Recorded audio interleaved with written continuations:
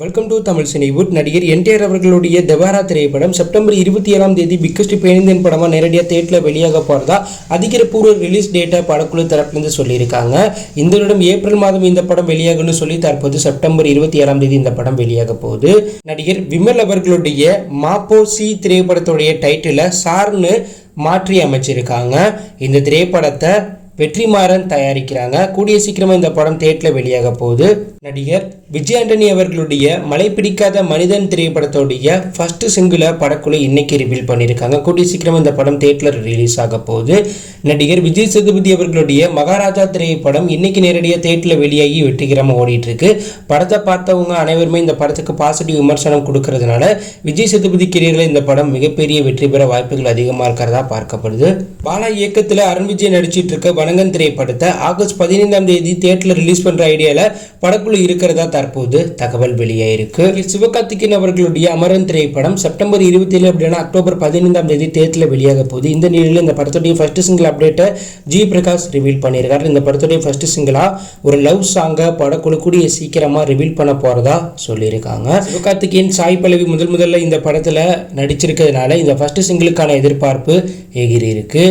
தளபதி விஜய் நடிப்பில் வெளியாகி மிகப்பெரிய வெற்றி பெற்ற போக்கிரி திரைப்படத்தை அவருடைய பிறந்தநாள் ஸ்பெஷலாக வருகின்ற ஜூன் 21ஆம் தேதி படக்குழு மீண்டும் ரீரிலீஸ் பண்ண போகிறாங்க. இதற்கான பணிகளில் படக்குழு ஈடுபட்டு இருக்காங்க. இந்த நிலையில் நாளைக்கு இந்த படத்துடைய ரீரிலீஸ் டீசரை ரிவீல் பண்ண போகிறாங்க. 4K தொழில்நுட்பத்தில் இந்த படத்தை மாற்றி அமைச்சு புதிய டீசரை நாளைக்கு படக்குழு தரப்புலேருந்து வெளியிட போகிறாங்க. நடிகர் அஜித் அவர்களுடைய விடாமுயற்சி திரைப்படத்துடைய ஷூட்டிங் ஜூன் 20ஆம் தேதி தொடங்க போகிறதா ஏற்கனவே சொல்லியிருந்தோம். ஸோ அதர்பைஜானில் இந்த படத்துடைய மீதமுள்ள 40 நாள் ஷூட்டிங்கை ஒரே சுழலாக படக்குழு எடுக்க போகிறதா தகவல் வெளியானுச்சு.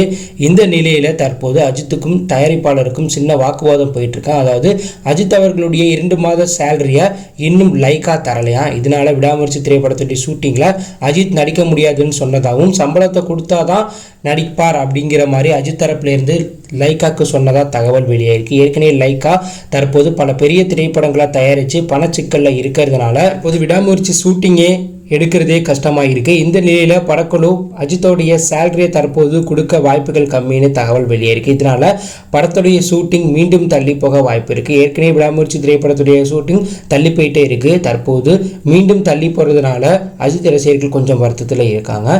தளபதி விஜய் அவர்களுடைய கோ திரைப்படம் செப்டம்பர் 5ஆம் தேதி பிக்கஸ்ட் பேனிந்தியன் படமாக ரிலீஸ் ஆக போகுது. இந்த நிலையில் இந்த படத்தில் உருவாயிருக்க ஒரு லவ் பாடலை பவதாரணி பாடியிருக்காங்களாம். அதாவது மறைந்த சிங்கர் பவதாரணி அவர்களுடைய வாய்ஸை ஏஐ தொழில்நுட்பம் மூலம் படக்குழு யூஸ் பண்ணி அவங்க வாய்ஸை மீண்டும் இந்த படத்தின் மூலம் கொண்டு வர போகிறதா தகவல் வெளியாயிருக்கு. விஜய் பிறந்தநாள் ஸ்பெஷலாக படக்குழு இந்த படத்துடைய 2வது சிங்கிளை ரிவீல் பண்ண போகிறாங்க. ஸோ அந்த சிங்கிளில் பவதாரணியோடைய வாய்ஸ் இருக்க வாய்ப்புகள் அதிகமாக இருக்கிறதா தகவல் வெளியாயிருக்கு.